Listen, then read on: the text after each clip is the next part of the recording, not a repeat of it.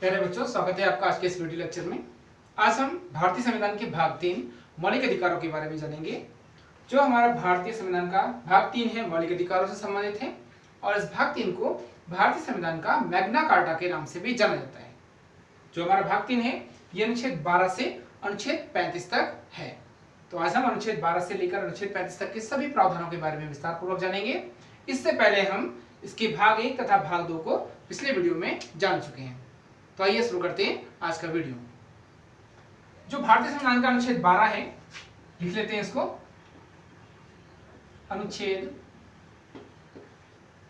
12 भारतीय संविधान के अनुच्छेद 12 में राज्य की परिभाषा दी गई है। राज्य की परिभाषा। प्यारे बच्चों, यहां एक बात और याद रखिएगा कि राज्य किसे कहते हैं। अगर एग्जाम में प्रश्न पूछा जाए कि भारत राष्ट्र है या राज्य है, तो आप हमेशा उत्तर देंगे पॉलिटिकल साइंस की दृष्टि से कि भारत एक राज्य है। ऐसा क्यों, भारत राज्य क्यों है? इसलिए इसके कारण जान लीजिए। राज्य के 4 तत्व होते हैं मुख्य रूप से। राज्य के 4 तत्व होते हैं। एक होता है जनसंख्या, दूसरा होता है निश्चित क्षेत्रफल, तीसरा तत्व होता है संप्रभुता, तथा जो चौथा तत्व होता है वो होता है सरकार। अर्थात राज्य के 4 तत्व कौन से होते हैं? वो होते हैं जनसंख्या, निश्चित क्षेत्रफल, संप्रभुता और सरकार। 15 अगस्त 1947 से पहले भारत के पास ये संप्रभुता नहीं थी। संप्रभुता अर्थात शासन करने की शक्ति। ये कहां थी? ये ब्रिटेन में निवास करती थी। अर्थात भारत की जो संप्रभुता थी वो ब्रिटेन के अधीन थी, क्योंकि हम ब्रिटेन के उपनिवेश हुआ करते थे। तो राज्य के तत्व अगर पूछे जाएंगे तो आप इनको बताएंगे। फिलहाल हम चर्चा कर रहे हैं कि अनुच्छेद 12 में क्या कहा गया है। अनुच्छेद 12 में राज्य की परिभाषा दी गई है और राज्य की परिभाषा के अंतर्गत किस किस चीज को शामिल किया गया है। तो इस राज्य के अंतर्गत भारतीय संविधान के अनुच्छेद 12 में शामिल किया गया है आपकी संसद को। इसमें आपका संसद शामिल है, आपका विधानमंडल शामिल है, इसी में आपका जो स्थानीय निकाय हैं, स्थानीय निकाय और विभिन्न प्रकार के जो प्राधिकरण हैं, निकाय और प्राधिकरण, ये विभिन्न प्रकार के जो प्राधिकरण होते हैं, इन सभी को भारतीय संविधान के जो भाग 1 है राज्य की परिभाषा, इसके अंतर्गत शामिल किया गया है। संसद में क्या शामिल है आप सभी जानते हैं। संसद के 2 सदन होते हैं। एक होता है इसका लोकसभा और एक सदन होता है इसका राज्यसभा। विधानमंडल के अंतर्गत क्या आता है? विधानमंडल के अंतर्गत आता है आपका विधानसभा और विधान परिषद। उसी प्रकार से जो स्थानीय निकाय होंगे, स्थानीय निकाय के अंतर्गत आपका क्या आएगा? स्थानीय निकाय के अंतर्गत आपका नगरीय प्रशासन आएगा और आपका पंचायती राज आएगा या ग्रामीण प्रशासन इसके अंतर्गत आएगा। नगरीय प्रशासन के अंतर्गत आपका जो नगर पालिका, नगर पंचायत, नगर निगम होते हैं वही इसमें शामिल होते हैं। और जो ग्रामीण क्षेत्र होगा उसमें ग्राम पंचायत, जिसको हम ग्राम प्रधान के नाम से जानते हैं, उसके प्रतिनिधि को ग्राम पंचायत, क्षेत्र पंचायत और जिला पंचायत के नाम से हम इनको जानते हैं। प्राधिकरणों के अंतर्गत हम LIC या ONGC या SAIL, steel authority of India limited को शामिल करते हैं। ये सभी जो प्रकरण है, ये जो प्राधिकरण है या संस्थाएं हैं, ये सभी आपकी राज्य की परिभाषा के अंतर्गत आती हैं। तो यदि परीक्षा में पूछा जाता है कि भारत के किस संविधान के अनुच्छेद के अंतर्गत राज्य की परिभाषा को उल्लेख किया गया है, तो आशा है आप बता देंगे कि अनुच्छेद 12 में राज्य की परिभाषा का उल्लेख किया गया है। अगला अनुच्छेद देखते हैं, अनुच्छेद 13।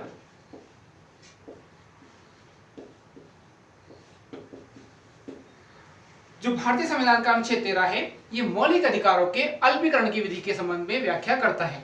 तो ये क्या है? ये है मूल अधिकार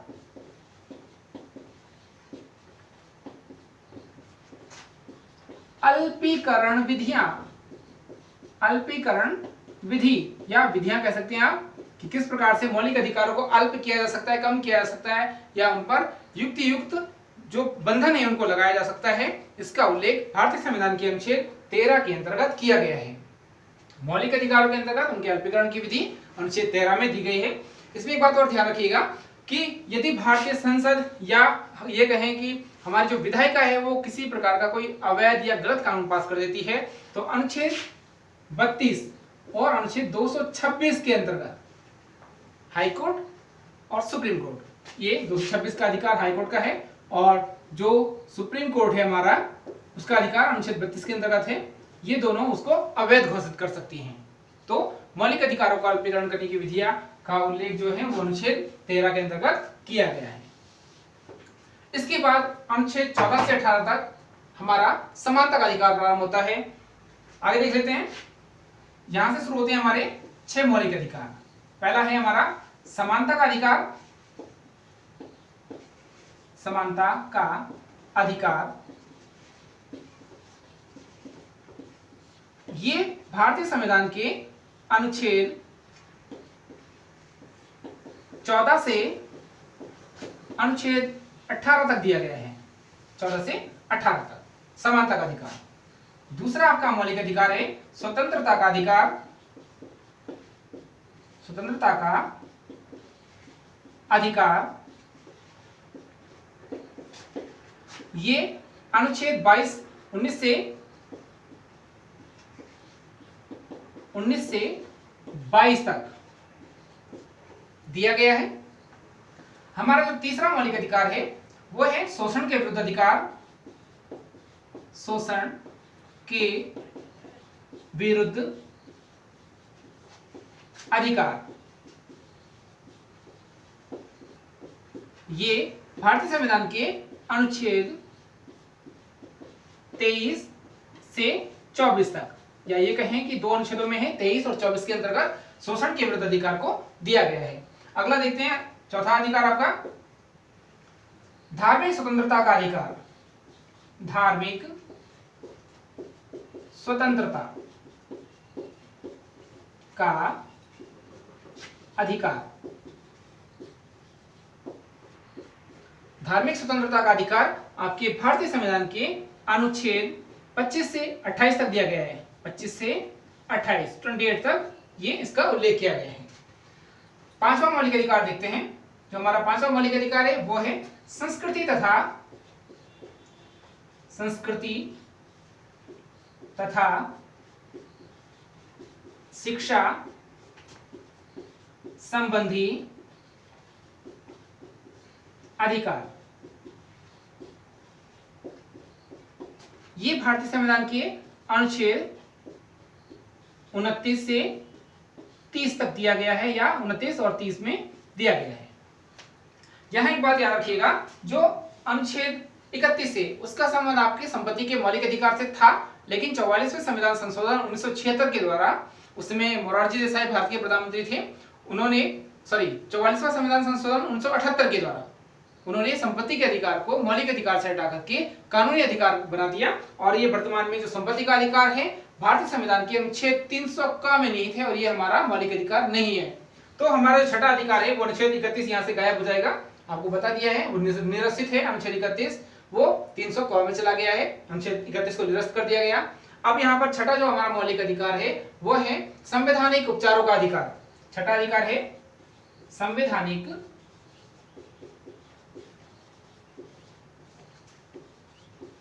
उपचारों का अधिकार। यह अधिकार भारतीय संविधान के अनुच्छेद 32 में दिया गया है। अनुच्छेद 32, इस अनुच्छेद में 5 प्रकार की रिटें दी गई हैं, जिसमें बंदी प्रत्यक्षीकरण, परमादेश, प्रतिषेध, उत्प्रेरण तथा अधिकार परीक्षा शामिल है। इनको हम विस्तार पूर्वक जानेंगे। फिलहाल शुरू करते हैं। भारतीय संविधान का जो पहला मौलिक अधिकार है जो हमें प्राप्त है, अनुच्छेद 14 से 18 वाला समानता का अधिकार, इसके बारे में अब हम विस्तार पूर्वक जानेंगे। तो आइए शुरू करते हैं। पहला मौलिक अधिकार, हमारा जो पहला मौलिक अधिकार है वो है आपका समानता का अधिकार। समानता का अधिकार आपको बता ही दिया है कि ये भारतीय संविधान के अनुच्छेद 14 से 18 तक दिया गया है। आइए अब इसके एक अनुच्छेद को विस्तार पूर्वक जानते हैं। अनुच्छेद 14 में क्या दिया गया है। जो अनुच्छेद 14 है ये सामाजिक समानता के अधिकार से संबंधित है और इसमें लिखा है खास करके कि जाति, धर्म, लिंग, सॉरी ये अनुच्छेद 14 का संबंध है विधि के समक्ष समानता का अधिकार, विधि के समक्ष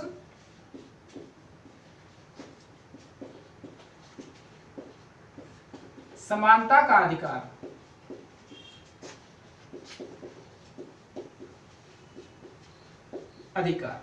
अनुच्छेद 14 में दिया गया है आपका विधि के समक्ष समानता का अधिकार।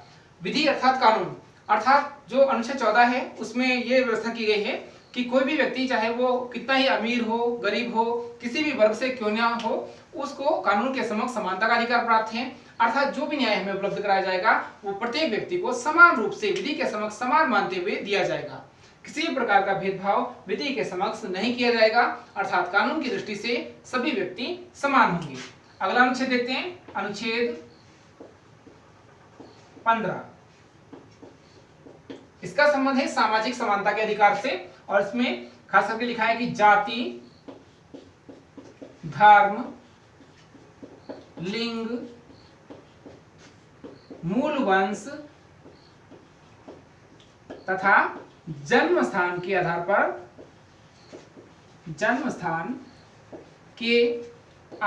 पर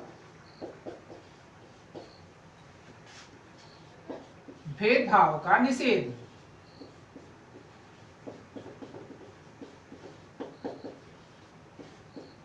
तो इसको देख करके आप लोग समझ गए होंगे कि जो सामाजिक समानता का अधिकार अनुच्छेद 15 में है, इसमें साफ साफ लिखा है कि हमें जाति, धर्म, लिंग, मूल वंश या जन्म स्थान के आधार पर किसी भी प्रकार का हमारे साथ भेदभाव नहीं किया जा सकता। भारतीय संविधान का अनुच्छेद 15 हमें सामाजिक समानता का अधिकार प्रदान करता है।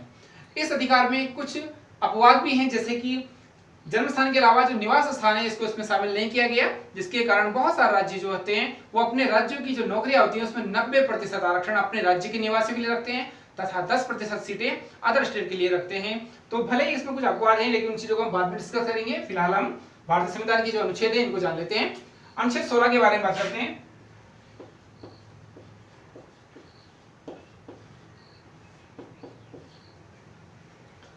अनुच्छेद जो 16 है वो सरकारी पदों पर अवसर की समानता हमें प्रदान करता है, अर्थात ये लोक नियोजन में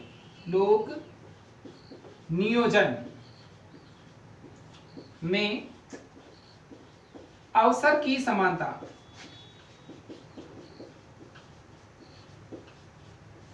का अधिकार प्रदान करता है। अनुच्छेद 16 के अनुसार जो सभी भारतीय नागरिक होंगे उन सभी को जो लोक नियोजन है या सरकारी पदों पर जो वैकेंसी आती है, विज्ञप्ति आती है, उन पदों पर आवेदन करने की पूर्ण आजादी है, छूट है और उनको समानता का अधिकार प्रदान किया गया है। आप सभी यदि योग्य हैं तो आप अपने उस लोक नियोजन में शामिल हो सकते हैं। आपको सरकारी पद या जो भी नौकरी है, जो अवसर आपको दिए जा रहे हैं वो आपको प्रदान किए जा सकते हैं। इसमें एक सवाल आता है कई बार कि जो आरक्षण है उसका उल्लेख किस अनुच्छेद में किया गया है, तो ये आरक्षण का उल्लेख भी अनुच्छेद 16 में ही किया गया है। याद रखिएगा, लोक नियोजन है, भर्तियां हैं, नौकरियां हैं, इसलिए इसमें 16C में जो अनुच्छेद 16C है उसमें ओबीसी आरक्षण का भी उल्लेख इसमें किया गया है। सी का जो संशोधित रूप वर्तमान में आ रहा है वो आ रहा है अनुच्छेद 16(4), इसमें ओबीसी आरक्षण का उल्लेख किया गया है, याद रखिएगा। अगला देखते हैं अनुच्छेद 17। जो भारतीय संविधान का अनुच्छेद 17 है ये अधिकांश परीक्षाओं में पूछा जाता है। अनुच्छेद 17 यह है अस्पृश्यता का अंत। अस्पृश्यता का अंत। अस्पृश्यता को आप सभी छुआछूत के नाम से जानते हैं, अर्थात भेदभाव के नाम से, कि किस प्रकार से लोग भेदभाव करते हैं एक दूसरे से या समाज में होता था या देखा गया। तो उस चीज का भारतीय संविधान के अनुच्छेद 17 के द्वारा अंत कर दिया गया। ये जो अनुच्छेद 17 है ये एग्जाम में बहुत बार पूछा जाता है, तो उसको ध्यान से याद रखिएगा कि अस्पृश्यता का अंत भारतीय संविधान के किस अनुच्छेद में किया गया है, क्योंकि समानता का अधिकार है और ये समानता का जो अधिकार है वो हमें अस्पृश्यता का अंत देता है अनुच्छेद 17 के अंतर्गत। इस समानता के अधिकार का अंतिम अनुच्छेद दिए गए थे अनुच्छेद 18। अनुच्छेद 18 इसमें दिया गया है उपाधियों का अंत। उपाधियों का अंत। ब्रिटिश काल में विभिन्न प्रकार की उपाधियां हमें प्रदान की जाती थी, जैसे कि आपने सुना होगा राजा राम मोहन राय को राजा की उपाधि दी गई, सर की उपाधि दी जाती थी, या स्वयं महात्मा गांधी को केसरी हिंद की उपाधि दी गई। बहुत से लोग हैं जिन्हें विभिन्न प्रकार की उपाधियां दी जाती थी। वर्तमान में भारतीय संविधान ने अनुच्छेद 18 के द्वारा इस प्रकार की उपाधियों का अंत कर दिया है।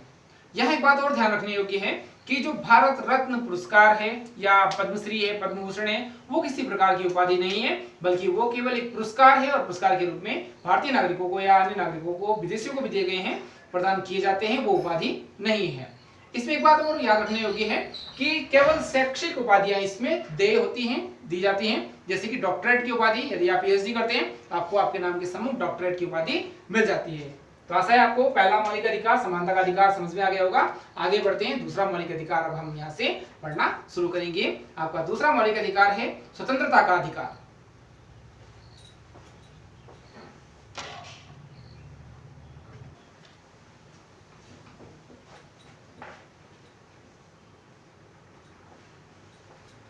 दूसरा मौलिक अधिकार के रूप में इसका पहला भाग देख लेते हैं, अनुच्छेद 19 के बारे में। जो अनुच्छेद 19 है, इसमें पहले 7 प्रकार की स्वतंत्रताओं का उल्लेख किया गया था, लेकिन वर्तमान में अनुच्छेद 19 में 6 प्रकार की स्वतंत्रताओं का उल्लेख किया गया है। तो उसको देख लेते हैं। अनुच्छेद 19(1) में क्या लिखा है इसके भाग में? यह है विचार अभिव्यक्ति की स्वतंत्रता। विचाराभिव्यक्ति की स्वतंत्रता का अधिकार अनुच्छेद 19(2) के अंतर्गत शांतिपूर्ण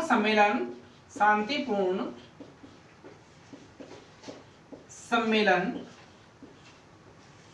करने का अधिकार,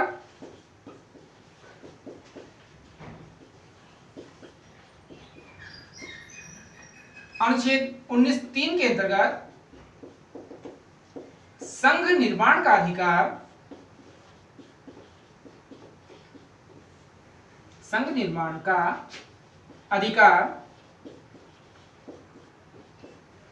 अनुच्छेद 19(4) के अंतर्गत भ्रमण का अधिकार, भ्रमण का अधिकार, अनुच्छेद 19(5) के अंतर्गत निवास का अधिकार,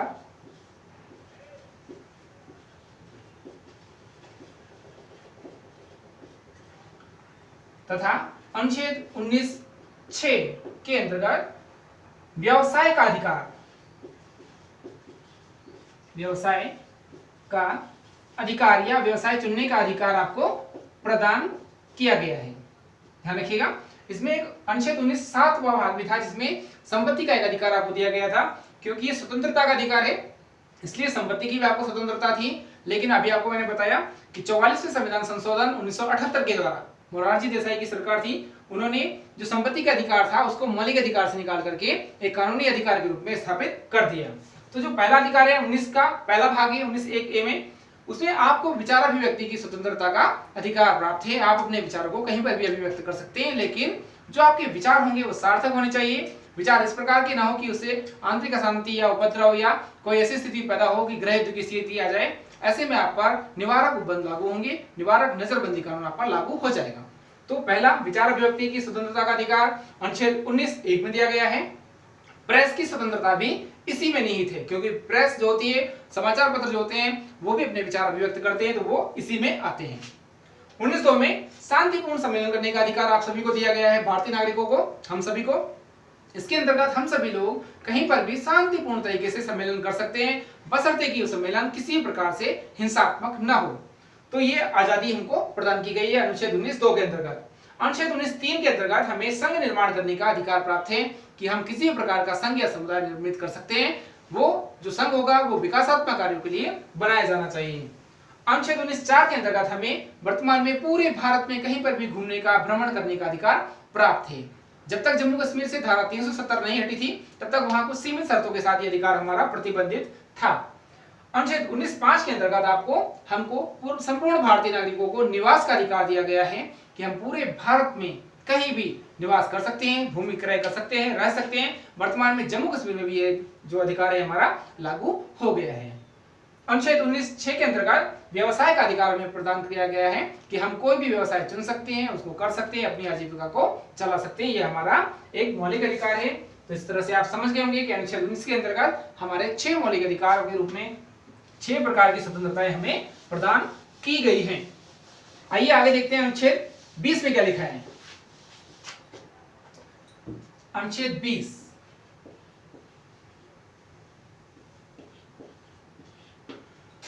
20 में लिखा है कि कानून का उल्लंघन होने तक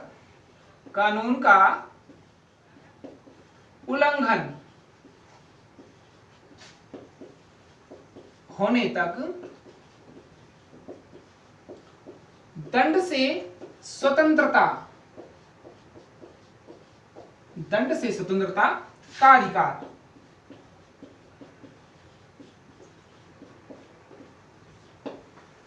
अर्थात जब तक हम किसी प्रकार के कानून का उल्लंघन नहीं करेंगे तब तक हमें किसी प्रकार का कोई दंड नहीं दिया जा सकता। तो ध्यान रखिएगा, जो अनुच्छेद 20 है इसमें कानून का उल्लंघन न होने तक, जब तक हमने किसी प्रकार के कानून का उल्लंघन नहीं किया, हमें दंडित नहीं किया जा सकता। ये हमें एक प्रकार की स्वतंत्रता प्राप्त है। अनुच्छेद 20 को देखते हैं कि अनुच्छेद हमारा 21 क्या कहता है। ये बहुत महत्वपूर्ण अनुच्छेद है, अनुच्छेद 21। इसमें हमारा जीवन का अधिकार निहित है। और इस अधिकार के अंतर्गत ही आपको याद होगा अनुच्छेद 19(1) में, या ए कह सकते हैं इसमें, हमें शिक्षा का एक मौलिक अधिकार भी प्राप्त हुआ है। शिक्षा का अधिकार, जिसमें RTE शामिल है, राइट टू एजुकेशन। इसमें 6 से 14 वर्ष के बच्चों के लिए अनिवार्य तथा निःशुल्क व्यवस्था की गई है और ये बच्चों का मौलिक अधिकार है। तो फिलहाल जीवन के अधिकार के बारे में बात करते हैं। अनुच्छेद 21 के बारे में, जीवन के अधिकार के अंतर्गत हमारे पास बहुत सारे अधिकार हमें प्राप्त हैं, जैसे कि हमें नींद का अधिकार प्राप्त है, गरिमापूर्ण जीवन जीने का अधिकार हमें प्राप्त है, निजता का अधिकार हमें प्राप्त है। इसके अलावा जो शोषण होता है, क्रूरता होती है मनुष्यों के खिलाफ, उसके विरुद्ध आवाज उठाने का हमें अधिकार प्राप्त है। हमें स्वास्थ्य संबंधी अधिकार प्राप्त है जीवन के अधिकार में ही। इसके अलावा अपील सुनने जाने का भी अधिकार इसी अंतर्गत प्राप्त है। आजीविका कमाने का अधिकार भी हमें इसी के अंतर्गत मिला हुआ है, क्योंकि ये सारी जो घटनाएं हैं, चीजें हैं, वो जीवन से जुड़ी हुई है और जीवन का अधिकार हमारा अनुच्छेद 21 में निहित है।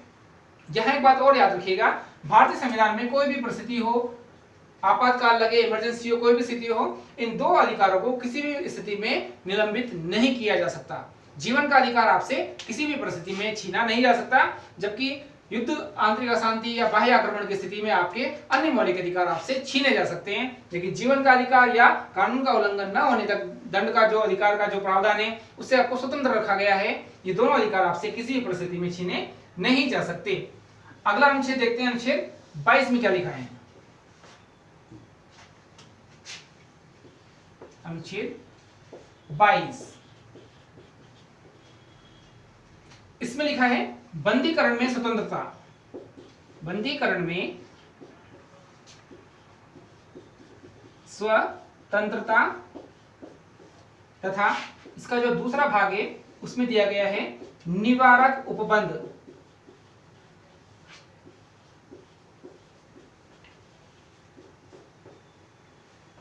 ये जो बंदीकरण में स्वतंत्रता है, इसको आपको थोड़ा सा समझना होगा। यदि किसी व्यक्ति को लगता है कि उसे अवैध तरीके से बंदी बनाया गया है या बंदी बनाया जाने वाला है, तो ऐसी स्थिति में वो अपना पक्ष न्यायालय के सम्मुख रख सकता है। और ऐसी स्थिति में यदि न्यायालय को लगता है कि ये व्यक्ति वास्तव में गलत तरीके से बंदी बनाया गया है, तो उसे स्वतंत्र कर दिया जाएगा, यानी कि बंदीकरण में उसको स्वतंत्रता प्राप्त होगी अनुच्छेद 22(1) के अनुसार। अनुच्छेद 22(2) जो है, ये निवारक उपबंध या निवारक निरोध के नाम से जाना जाता है।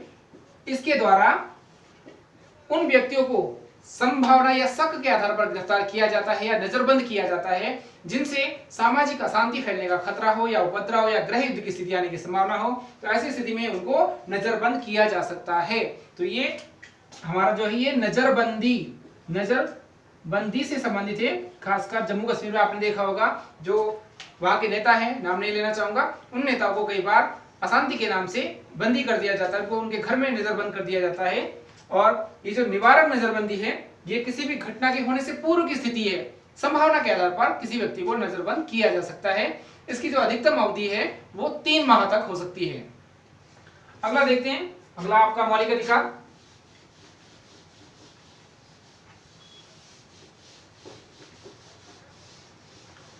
तीसरा मौलिक अधिकार है आपका शोषण के विरुद्ध अधिकार। शोषण के विरुद्ध अधिकार। ये अनुच्छेद 23 से 24 तक दिया गया है। अनुच्छेद 23-24 में 2 अनुच्छेदों में आपका शोषण के विरुद्ध अधिकार का उल्लेख किया गया है। तो आइए जानते हैं अनुच्छेद 23 क्या कहता है।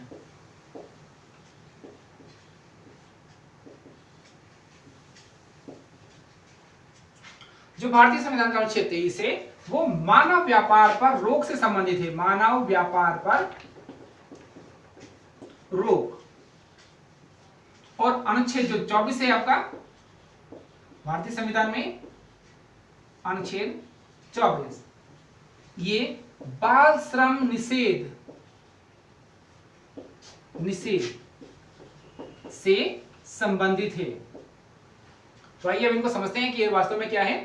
जो अनुच्छेद 23 है इसमें व्यवस्था की गई है कि किसी भी प्रकार का जो मनुष्य का क्रय विक्रय है, आदान प्रदान है या व्यापार है, वो पूरी तरह से वर्जित होगा। वर्तमान में भारत स्वतंत्र है, तो किसी भी व्यक्ति को आप गुलाम बना करके, बंधुआ मजदूर बना करके या किसी प्रकार से उसका व्यापार क्रय विक्रय नहीं कर सकते। यहाँ ये अधिकार इसलिए भी आवश्यक हो गया क्योंकि स्वतंत्रता से पूर्व जो भारत के लोग थे या अन्य जो प्रवासी लोग थे या गरीब जो थर्ड वर्ल्ड की दुनिया के जो लोग थे, उनका व्यापार किया जाता था और उनको एक स्थान से दूसरे स्थानों पर मजदूर के रूप में भेज दिया जाता था, दास के रूप में उनको रखा जाता था। इसमें गिरमिटिया श्रमिक का नाम आपने अवश्य कहीं ना कहीं पढ़ा होगा। गिरमिटिया श्रमिक वो होते थे जिन्हें एक स्थान से दूसरे देशों में खेती बाड़ी, मजदूरी या अन्य कार्य करने के लिए ले जाया जाता था। एक तरह से वो मानव व्यापार ही था। तो भारतीय संविधान का अनुच्छेद 23 इस पर रोक लगाता है। किसी भी प्रकार का मानव व्यापार या बेगार या जो हम फ्री सेवा लेते हैं वो चीज इसमें निषिद्ध कर दी गई है।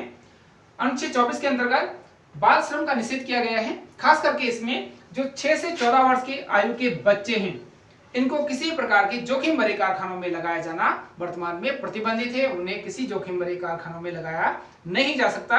यदि कोई व्यक्ति इस प्रकार से कार्य करते हुए पाया जाता है तो उसे गिरफ्तार किया जा सकता है तथा उसके विरुद्ध कानूनी कार्रवाई हो सकती है। तो इस प्रकार से आपने जो आपका तीसरा मौलिक अधिकार था उसको भी जान लिया, शोषण के विरुद्ध अधिकार। आइए चौथा मौलिक अधिकार जानते हैं। आपका भारतीय संविधान ने हमें जो चौथा मौलिक अधिकार दिया है वो है धार्मिक स्वतंत्रता का अधिकार।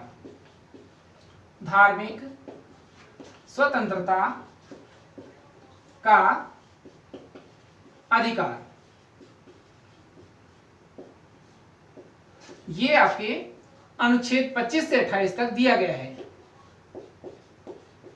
25 से 28 तक इसका उल्लेख किया गया है। तो आइए जानते हैं अनुच्छेद 25 में क्या लिखा है। जो अनुच्छेद 25 है वो धार्मिक कार्यों के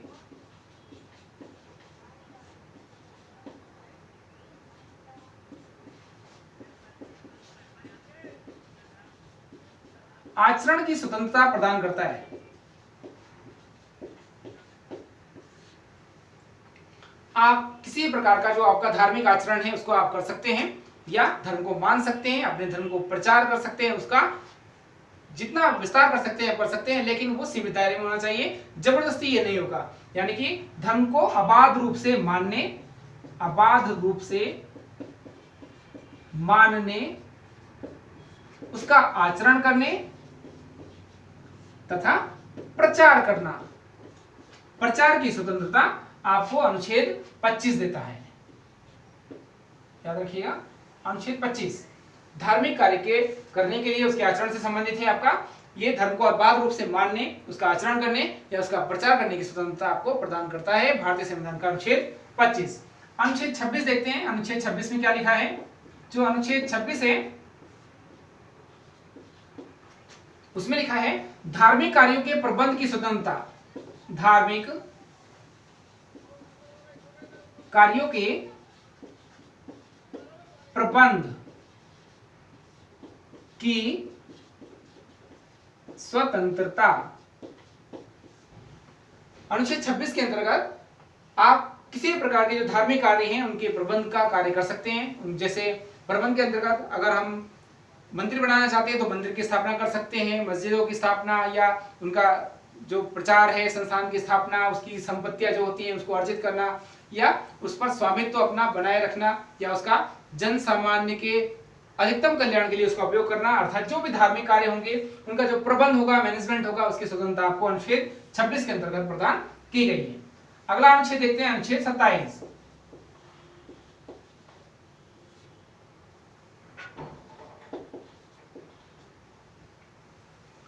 धार्मिक कार्यों के लिए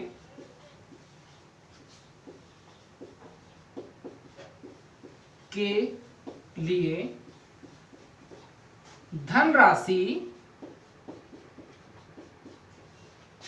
कर मुक्त,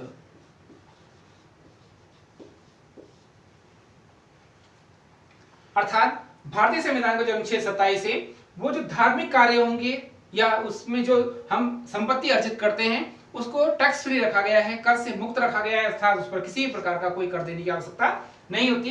ये कर मुक्त से संबंधित जो प्रावधान है वो भारतीय संविधान के अनुच्छेद 27 में किए गए हैं। इसका अंतिम अनुच्छेद देखते हैं, धार्मिक स्वतंत्रता के अधिकार का अनुच्छेद 28 में क्या है। अनुच्छेद 28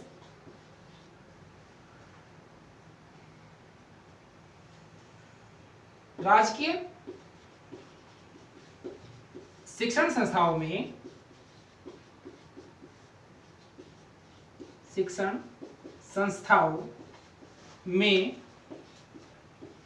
धार्मिक शिक्षा का निषेध, धार्मिक शिक्षा का निषेध।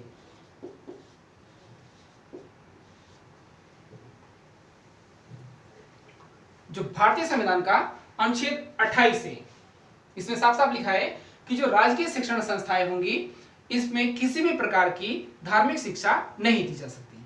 इसके अलावा किसी व्यक्ति को किसी धार्मिक कार्य में उपस्थित रहने के लिए बाध्य भी नहीं किया जा सकता। ऐसा इसलिए है क्योंकि भारत जो है वो एक धर्मनिरपेक्ष राज्य है। राष्ट्र की नहीं कहेंगे इस समय क्योंकि राजनीतिक दृष्टि से भारत के बाद राज्य के 4 तत्व मौजूद है, इसलिए भारत एक राज्य है। तो अनुच्छेद 28 के अंतर्गत जो राजकीय शिक्षण संस्थाएं हैं उसमें किसी भी प्रकार की धार्मिक शिक्षा का निषेध किया गया है। इसके अलावा धर्म विशेष से जुड़ी गतिविधियां जो होंगी उसमें हमें अनिवार्य रूप से उपस्थित रहना आवश्यक नहीं है क्योंकि भारत का जो संविधान है वो भारत को धर्मनिरपेक्ष राज्य घोषित करता है। अगला अनुच्छेद देखते हैं। अगला जो हमारा मौलिक अधिकार है, 5वां मौलिक अधिकार, उसके बारे में जान लेते हैं।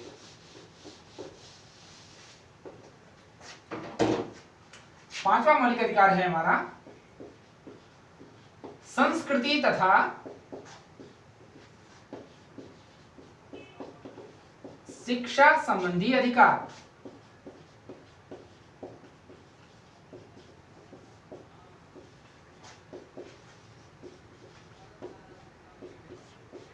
ये जो संस्कृति तथा शिक्षा संबंधी अधिकार है भारतीय संविधान के अनुच्छेद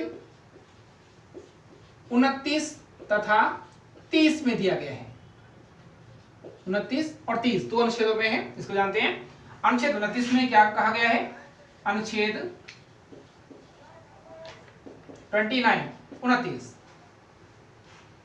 जो भारतीय संविधान का अनुच्छेद 29 है उसमें कहा गया है कि जो अल्पसंख्यक वर्ग हैं, अल्पसंख्यकों को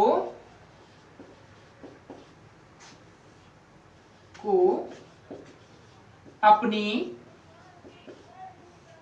भाषा, लिपि तथा संस्कृति के संरक्षण का अधिकार है।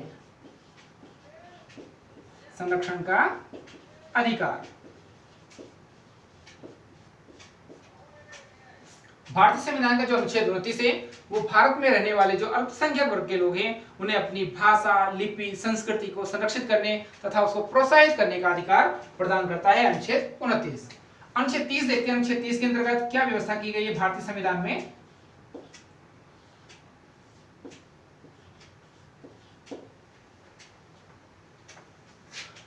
अल्पसंख्यक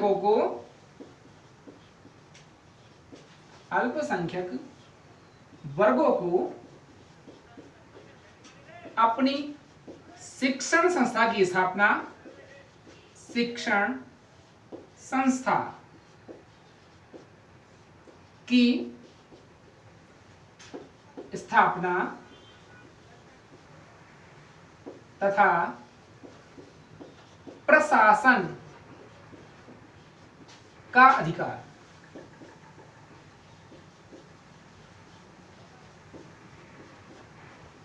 जो भारतीय संविधान का अनुच्छेद 30 है, ये भारत में रहने वाले अल्पसंख्यक वर्गों को अपनी निजी शिक्षण संस्थाओं की स्थापना करने का अधिकार प्रदान करता है। इसके अलावा उन्हें उन शिक्षण संस्थाओं की स्थापना के साथ साथ उसका प्रशासन करने का भी अधिकार प्रदान करता है। अर्थात भारतीय संविधान का अनुच्छेद जो 30 है आपका, वो अल्पसंख्यक वर्गों से संबंधित है, या कहें कि दोनों अनुच्छेद आपके 29 और 30 ये अल्पसंख्यक वर्गों से संबंधित है। इसके बाद जो अनुच्छेद 31 था वो संपत्ति का अधिकार था, वर्तमान में वो नहीं है हमारा मौलिक अधिकार, तो अनुच्छेद 31 को हम इसमें नहीं पढ़ेंगे, या जानकारी के लिए मैं लिख देता हूं आपको, अनुच्छेद 31 संपत्ति का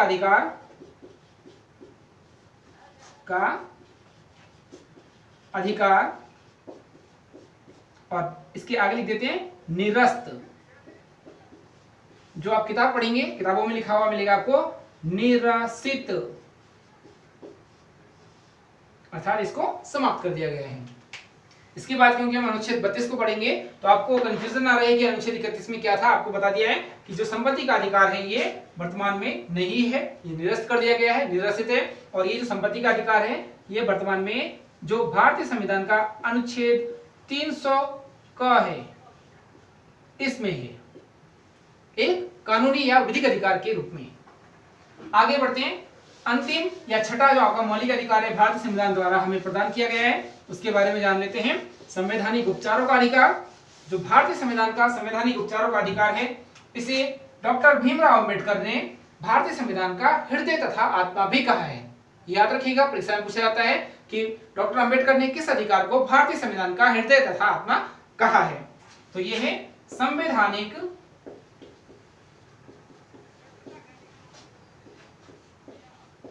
उपचारों का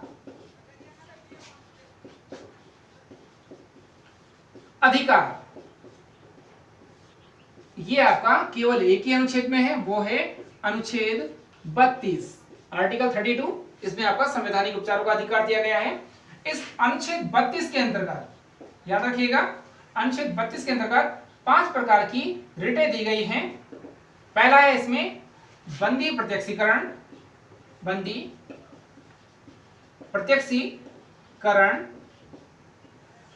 दूसरी रिट है, याचिका है परमादेश। तीसरी प्रतिषेध। चौथी है उत्प्रेरण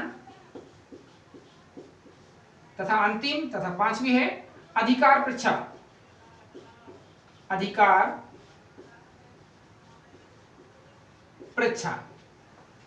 तो अब हम इन जो 5 रिटें हैं इनके बारे में विस्तार पूर्वक जानेंगे।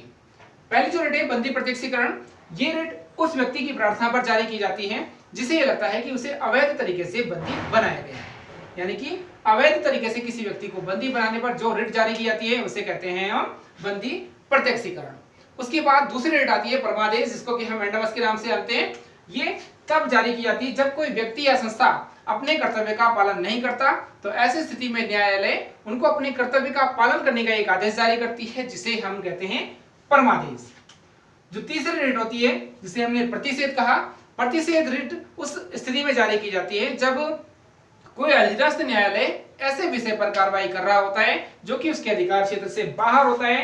तो ऐसी स्थिति में जो उच्चतम न्यायालय है, अपर कोर्ट है, वो उसे आदेश देगा कि ये आपके अधिकार क्षेत्र का नहीं है, इस पर कार्रवाई आप ना करें, ये निषेध है आपके लिए, मना ही है इस पर कार्य करने के लिए।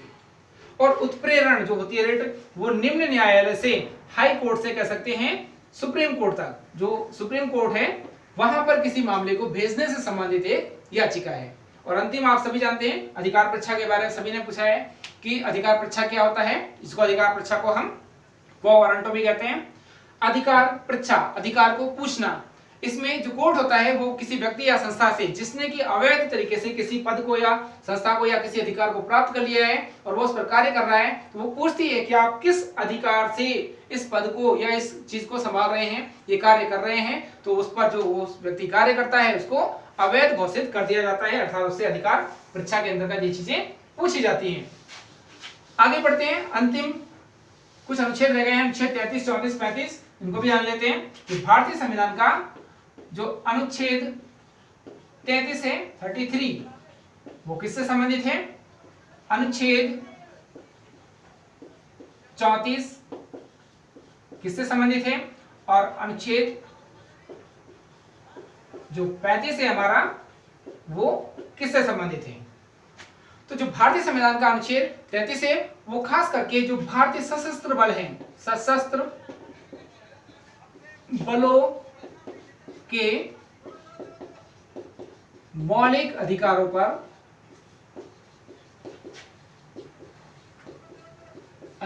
पर युक्ति युक्त प्रतिबंधों से संबंधित है। याद रखिएगा, ये जो अनुच्छेद 33 है ये सशस्त्र बलों के जो मौलिक अधिकार हैं उससे संबंधित है। इसमें मौलिक अधिकारों को कुछ मात्रा में सीमित कर दिया जाता है। यदि हम सशस्त्र बलों को सभी प्रकार के मौलिक अधिकार दे देंगे तो वो पूरे राष्ट्र की सुरक्षा के लिए खतरा पैदा हो सकता है। ऐसे में सशस्त्र बलों के जो मौलिक अधिकार हैं उन पर युक्ति युक्त प्रतिबंध लगाने के लिए संसद को शक्ति दी गई है, अर्थात संसदीय शक्ति से संबंधित है आपका ये अनुच्छेद 33। ध्यान रखना, सशस्त्र बलों की मौलिक अधिकारों को प्रतिबंधित करने के लिए या सीमित करने के लिए जो संसदीय शक्ति का उल्लेख है वो भारतीय संविधान के अनुच्छेद 33 में किया गया है। अनुच्छेद 34 का बात करते हैं। अनुच्छेद 34 में मार्शल लॉ, इसे हम निषेधाज्ञा भी कह सकते हैं, निषेधाज्ञा का इसमें उल्लेख किया गया है। इसमें खास करके जिस समय किसी स्थान पर मार्शल लॉ या सेना विधि कह सकते हैं इसको, सेना विधि लागू होगी, सेना विधि लागू होगी, उस समय आपके मौलिक अधिकारों पर युक्त प्रतिबंध लगा दिए जाएंगे, अर्थात जो मौलिक अधिकार होंगे मौलिक अधिकारों पर प्रतिबंध लगा दिया जाएगा। मौलिक अधिकार प्रतिबंध, इससे संबंधित है आपका अनुच्छेद 34। और भारतीय संविधान का अनुच्छेद 35 से अंतिम है, वो है मौलिक अधिकारों को लागू करने संबंधी, मौलिक अधिकारों को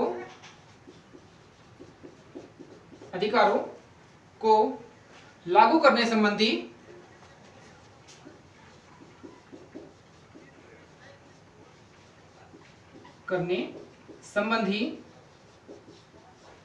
संसदीय प्रक्रिया या शक्ति से